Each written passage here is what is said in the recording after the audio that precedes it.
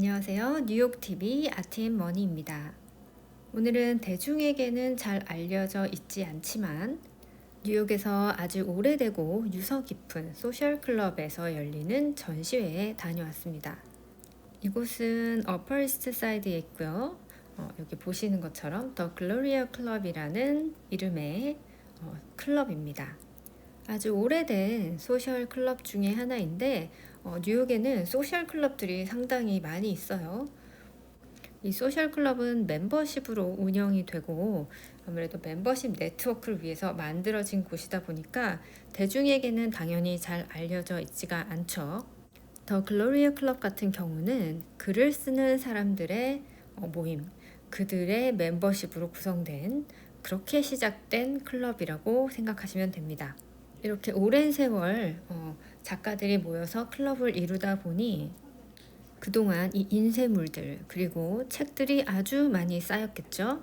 그래서 지금 라이브러리를 운영하고 있고 1층과 2층의 전시장을 운영하고 있는데요.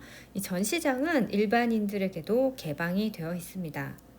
그리고 이 책을 열람하시려면 꼭 멤버십에 가입을 하지 않더라도 미리 예약을 하시면 이 클럽 안에 소장되어 있는 책들을 보실 수가 있어요. 이 더 글로리아 클럽 같은 경우는 거의 최초로 이 책과 판화가, 그러니까 인쇄물이죠. 이런 것들이 그림이나 조각처럼 그만한 가치가 있다, 동등한 가치가 있다라는 어떤 모토로 세워졌고 그것을 위해서 굉장히 노력해 왔던 클럽입니다. 자, 지금은 그 마크 트웨인, 톰 소여의 모험이라는 책으로 굉장히 유명한 작가죠. 마크 트웨인의 전시가 열리고 있는데요. 이 마크 트웨인 하면 유머의 대가입니다. 미술계에도 유머스러운 작가들이 몇몇 있는데 그 중에 이제 컨템포러리 아티스트 중에는 마우리치오 카텔란이 있죠. 굉장히 농담을 잘하는 그런 작가인데 글을 쓰는 작가 중에 이 유머스러운 어떤 문장, 유머스러운 문학의 대가는 마크 트웨인이라고 할 수 있습니다. 지금 전시되어 있는 작품들이 상당히 희귀한 작품들입니다. 수잔 제페텐이라는 분의 개인 소장품을 가지고 나와서 지금 전시를 하는 거예요. 마크 트웨인이 이렇게 자필로 쓴 글들, 그리고 낙서본, 그리고 초판, 인쇄본 등 이런 좀 희귀한 것들, 그리고 포스터 같은 아주 예전에 출판이 되었던, 지금은 더 이상 퍼블리시 하지 않는 그런 리미티드한 작품들이 전시가 되어 있습니다. 이 작가의 낙서가 여러분 얼마나 중요한지 좀 놓치고 있는 분들도 많을 텐데요. 미술관에서 열리는 좋은 전시들, 큐레이팅이 좀 대규모로 된 그런 전시들 보면 작가가 남긴 아이디어 스케치본들, 이 낙서들을 함께 전시를 합니다. 프로세싱, 그러니까 과정, 작품의 어떤 결과물도 중요하지만 이 작품이 나오기 전까지 어떤 과정들을 함께 우리가 보는 것을 굉장히 중요하게 생각합니다. 그래서 작가님들은 그냥 아무 의미 없이 이렇게 하는 낙서들이나 실패한 작품들을 너무 이렇게 실패한 작품이니까 없애버리자 이렇게 생각하지 마시고 잘 모아두는 것이 나중을 위해서 중요할 것 같아요. 이 모든 것이 이 작품에 대한 정보이고 자료이기 때문에 이런 하나하나 작품이 나오기까지의 과정을 기록하는 것들이 상당히 중요합니다. 특히나 컨템포러리 아트에서는 더욱 그렇습니다. abstract, 그러니까 추상 표현주의, 추상화죠. 비구상 작품, 그리고 컨셉추얼, 그러니까 개념 미술, 설치 미술, 미디어 아트 이런 걸 하시는 분들은 더더욱이나 이 과정을 만들어낸 어떤 자료나 스케치들이 상당히 중요합니다.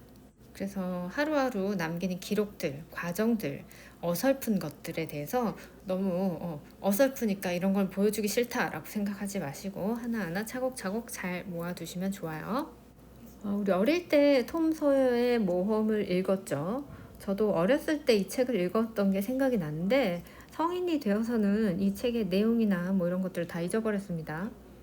근데 원래 이 책 자체가 아동물로 취급이 되어지지만 본래는 성인 독자들을 염두에 두고 집필한 작품이라고 합니다. 이 책의 내용이 어떤 어린이의 눈으로, 아이의 눈으로 본 어른들의 어떤 위선적인 모습들을 조롱하고 굉장히 사실은 어둡고 또 그런 사회의 문제점들을 아주 신랄하게 비판하고 있는 내용이거든요. 사회 고발적인 성격의 작품이죠. 그런데 이것을 상당히 유머러스하게 표현을 한 겁니다. 자, 지금 보시는 장면은 뉴욕에서 거의 최초로 이 시크릿 도어를 만들었다고 해요. 뭐 믿거나 말거나 다른 사람들도 이런 아이디어를 낸 사람이 있긴 하겠죠. 비밀스럽게. 왜냐하면 비밀 도어니까. 영화 기생충에서 보던 그 비밀 도어가 여기 뉴욕에 있었네요. 저 문을 이렇게 책꽂이로 가려놨는데 이렇게 열고 비밀 통로로 또 시크릿한 곳으로 올라갈 수 있는 곳이라고 합니다. 자, 이 모습은 바깥 테라스에서 올려다본 이 건물 위의 모습인데요. 옆 건물이 위에 이 옥상 위로 높게 올라서 있죠. 어, 뉴욕에서는요, 공중권을 판매합니다. 빌딩이. 이 공중권이라는 게 뭐냐면, 새로운 빌딩들이 이제 계속 올라오는데, 땅을 팔기 싫은 사람들도 있잖아요. 빌딩을 팔고 싶지 않고. 또 특히 이런 소셜 클럽 같은 경우는 non-profit organization입니다. 이것이 사유재산도 아니고 또 랜드마크가 된 빌딩도 있을 수 있죠. 그러면 그 빌딩을 또 외관을 유지를 해야 되기도 하고요. 이런 non-profit organization 같은 경우는 보더들의 다 승인을 받아야 되는데 이게 여간 까다로운 게 아니에요. 그리고 이 위치를 지켜야죠. 이 금싸라기 땅에 이 non-profit organization이 이렇게 딱 자리를 잡고 있고 이렇게 퍼블릭으로 이용이 되고 이런 자료실, 뭔가 이 사회에 기여하는 이런 역할을 할 때 이것은 지켜져야 됩니다. 그래서 이 건물을 판다던가 하는 게 쉽지가 않은데요. 이 더 글로리아 클럽의 옥상, 그러니까 옥상 위로부터 건물을 올릴 수 있는 권한을 이 옆 건물에다가 판 거예요. 7밀리언이 넘는 가격에 팔았다고 합니다. 그래서 이 클럽에서 그 공중권을 판 돈으로 앞으로 운영 자금이 이렇게 넉넉해져가지고 너무 좋았다고 그렇게 얘기를 하시더라고요. 뉴욕에서 열리는 아트 페어들 중에 앤틱 페어들이 좀 많이 있거든요. 회화나 조각 작품들이 메인으로 나오지만 당연히 오래된 앤틱 가구들하고 앤틱 책들, 북 이런 소품들도 다 나옵니다. 이 오래된 책들은 그 가치를 굉장히 높게 책정하고 수요가 많기 때문에 북페어, 앤틱 북페어가 또 따로 있습니다. 거기에 이제 아까 전시에서 보여드렸던 이런 책들이 나오는 거죠. 유명한 작가의 초판 인쇄본이라던가 아니면은 아티스트들이 낙서를 해놓은 드로잉북이라던가 뭐 이런 것들이 막 나옵니다. 이 클럽은 1884년에 오픈을 했습니다. 작가들의 멤버십, 작가들의 어떤 모임인 만큼 클럽이 막 사치스럽다거나 화려하고 막 이런 분위기가 아니고요. 굉장히 소박하고 우아하고 품위 있고 그리고 오래된 아주 앤틱한 느낌을 줍니다.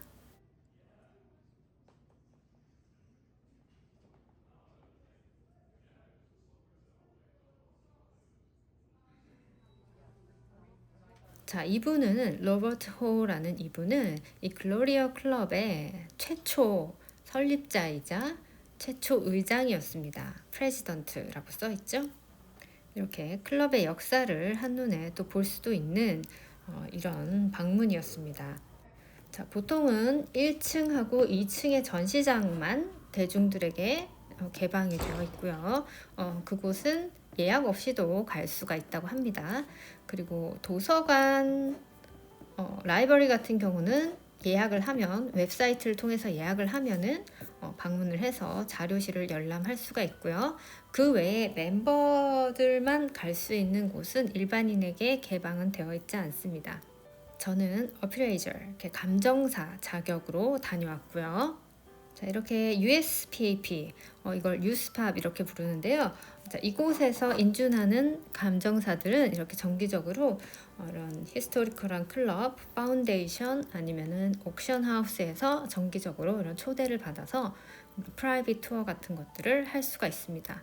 자, 뉴욕에 계시는 분들은 꼭 한번 들러서 좋은 전시, 좀 일반적이지 않은 전시죠. 이런 전시도 관람해 보시고 여러분 뉴욕에 관광을 오시는 분들도 이런 곳들은 알려지지 않은 곳들이지만 뉴욕 역사에 굉장히 중요하고 히스토리컬한 곳이잖아요. 뉴욕의 어떤 분위기를 역사를 볼 수 있는 곳이니까 이런 곳에도 한번 꼭 들러보시길 바랄게요. 자, 그럼 저는 다음 시간에 또 여러분 찾아뵐게요. 여러분 시청 감사합니다. 안녕히 계세요.